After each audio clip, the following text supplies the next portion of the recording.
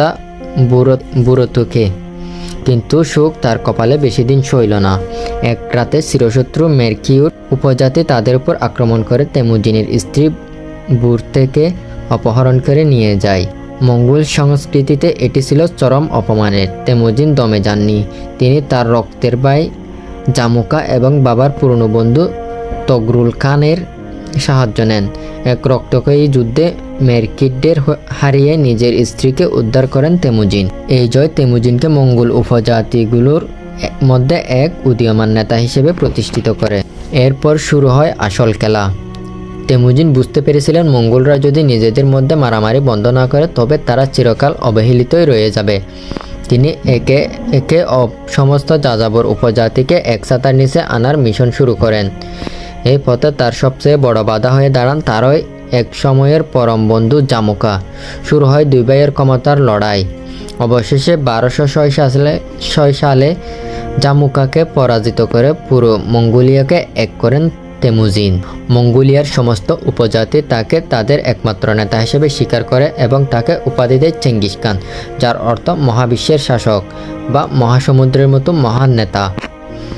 Mongolia জয়ের পর Genghis খানের নজর পড়ে বাইরের দুনিয়ায়। প্রথমেই তিনি আক্রমণ করেন তৎকালীন সমৃদ্ধ দেশ চীনে। চীনের বিখ্যাত প্রাচীর ভেদ করে মঙ্গোল বাহিনী বেইজিং শহরে অবরোধ করে এবং তা জয় করে।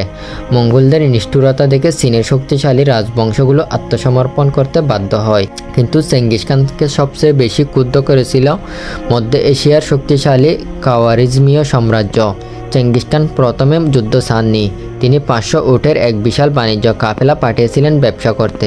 কিন্তু খাওয়ারিজমের এক গভর্নর মঙ্গোলদের গুপ্তচর ভেবে সেই কাফেলা লুট করে এবং সবাইকে হত্যা করে।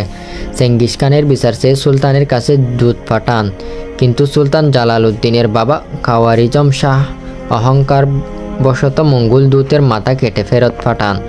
এটি ছিল সুলতানের জীবনের সবচেয়ে বড় ভুল। চেঙ্গিস খান গর্জে উঠলেন। 1219 সালে প্রায় 2 লাখ মঙ্গোল সৈন্য নিয়ে তিনি মধ্য এশিয়ায় আশ্রয় পড়েন।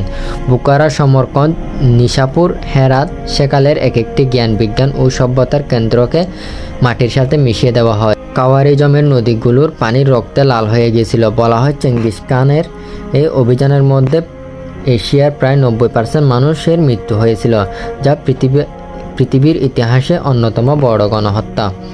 সুলতানের ছেলে জালালউদ্দিনকে তাড়া করতে করতে চেঙ্গিস খান আধুনিক পাকিস্তানের সিন্ধু নদ পর্যন্ত চলে আসেন এবং সেখানে ঐতিহাসিক যুদ্ধ জয় করেন।